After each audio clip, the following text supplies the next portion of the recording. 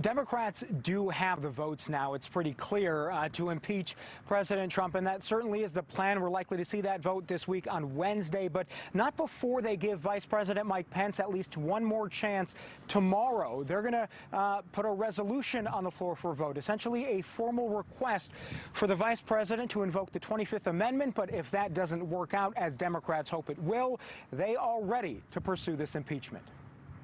The vote is scheduled. The plan is in motion. President Trump is on course to become the first president to be impeached twice. The actions that the House are taking this week is in response to the urgency that every day he serves in office is a danger to our country. Congresswoman Katherine Clark, Democrat from Massachusetts, says there must be consequences for the president's role in the insurrection at the Capitol. We are using everything we can, every tool that we have. Today, House Democrats introduced a single article of impeachment. It reads, Donald John Trump engaged in high crimes and misdemeanors by inciting violence against the government of the United States. The move sets up a House vote to impeach the president Wednesday. I had a discussion today with some folks in the House and the Senate. If the president is impeached, the articles go to the Senate for a trial, just as President-elect Biden takes office. Some are concerned that may interfere with confirming his cabinet. But today, President-elect Biden said the Senate could manage both an impeachment trial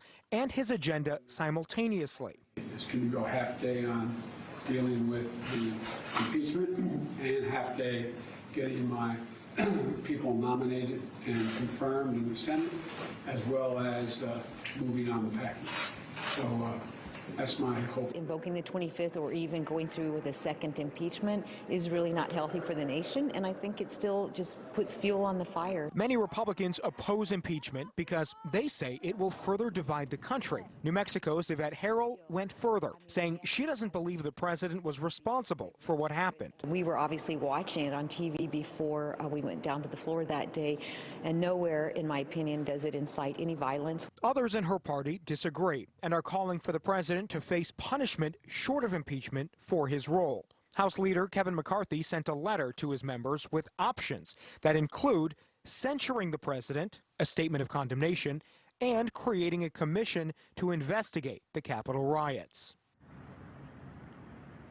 Now, that censure option is interesting. It would be basically lawmakers condemning the president without removing him, but just putting in the record for history that the president in some way abused his power, and that as a body, the House of Representatives is condemning that action. And it's interesting because Republicans are at least considering it as an option. Democrats would also be for that, and it would be a way where there would be a bipartisan signal sent to the president. Joe, there is talk about President Trump not being able to run for office again in 2024 if he's impeached and removed. How would that work?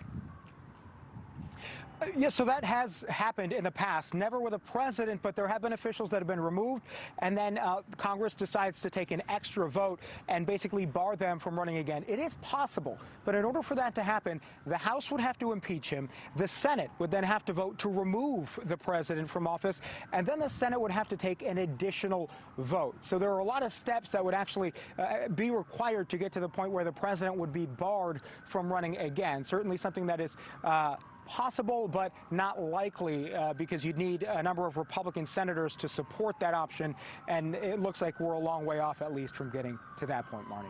All right, Joe Khalil live in Washington, D.C. Joe, thank you.